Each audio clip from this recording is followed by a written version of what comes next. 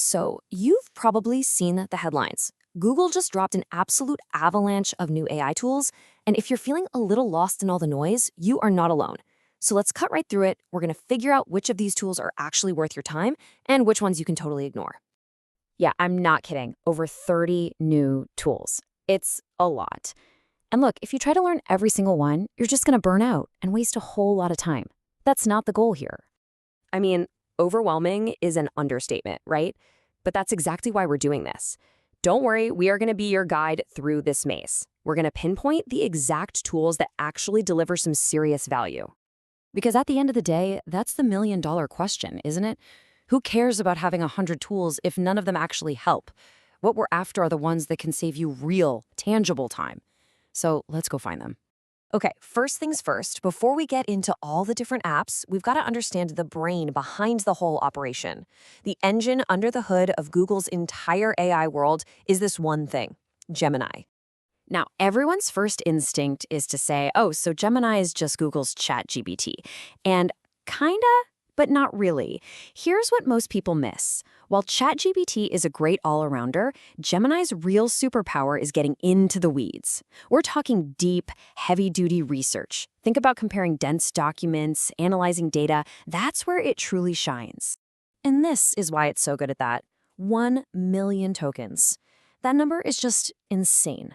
To give you an idea of what that means, it's like uploading an entire novel and then being able to ask the AI questions about a tiny detail in chapter 2. And it remembers it perfectly. That's the kind of power we're talking about for deep analysis. And the coolest part? This isn't some futuristic thing you have to go find. You're probably already using it every single day without even realizing it. You know when you Google something and you get that little AI-generated summary right at the top? Yep, that's Gemini, right there in the wild. Okay, so we've met the brain. Now let's talk about the hands, the actual tools that let you harness all that power in your day-to-day work. I like to think of these next few as the Swiss Army knives of the Google AI world. We're going to focus on what I think are the 3 big ones here. You've got NotebookLM, which is all about creating content you can trust. Then there are Gemini Gems for making your own little AI helpers. And finally, Opal for putting your boring tasks on autopilot. All right, let's talk about NotebookLM because, honestly, this might be the most underrated tool of the bunch. Its secret is that it's grounded. What that means is you give it your own documents, PDFs, meeting notes, whatever, and it's not allowed to go searching the internet. It can only use the info you provided. So no hallucinations, no made-up stuff. It's perfect for turning a dense report into a quick summary or even a podcast script, and you know every single fact is spot on. Then we have Gemini Gems. Think of this like building your own personal team of AI specialists. Instead of giving a generic AI the same instructions over and over again, you build a gem for a specific job. You could have one that's an expert at writing proposals in your company's tone, or another that knows exactly how to draft your social media posts. You train them once, and they're ready to go anytime.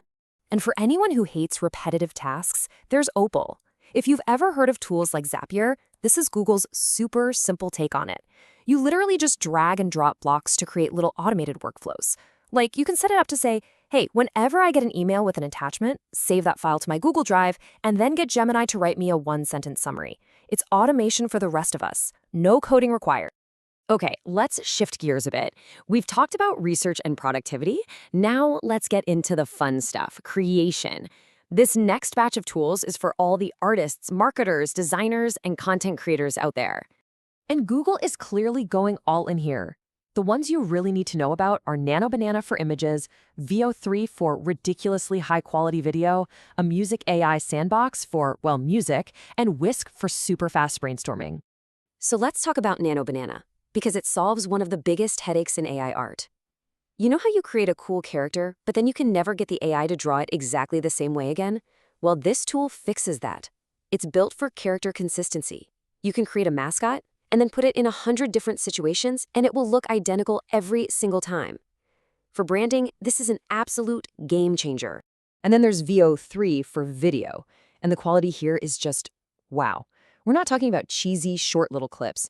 You give it a detailed prompt, and it can generate video that looks like it's from a movie, with realistic motion, lighting, the whole 9 yards. Seriously, you can create professional-grade marketing videos from a single sentence. Okay, We're going to briefly peek into the more technical side of things now. But hey, don't click away if you're not a coder. This is just a quick look at what the future holds, both for developers and inside Google's experimental labs. So yeah, there's a whole bunch of tools here for the pros, like Firebase Studio for building big apps or Anti-Gravity for helping write code. But the one I want you to notice is Google AI Studio. It used to be just for developers, but now it's basically a free sandbox for anyone to play around with Google's AI models and test out ideas. It's a great place to learn.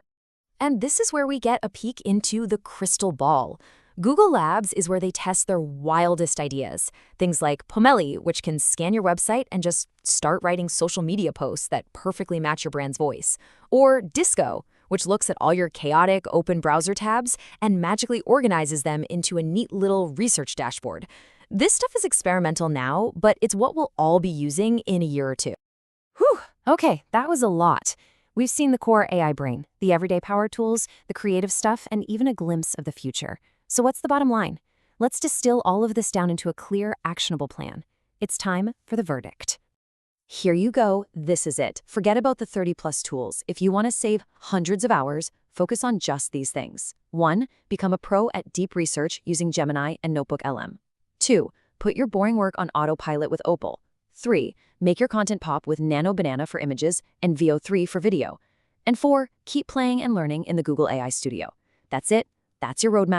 And maybe the biggest takeaway of all is this. This whole AI shift, it's not just about learning a bunch of new separate apps. The real magic is how it's being woven into the fabric of the tools you already live in every day.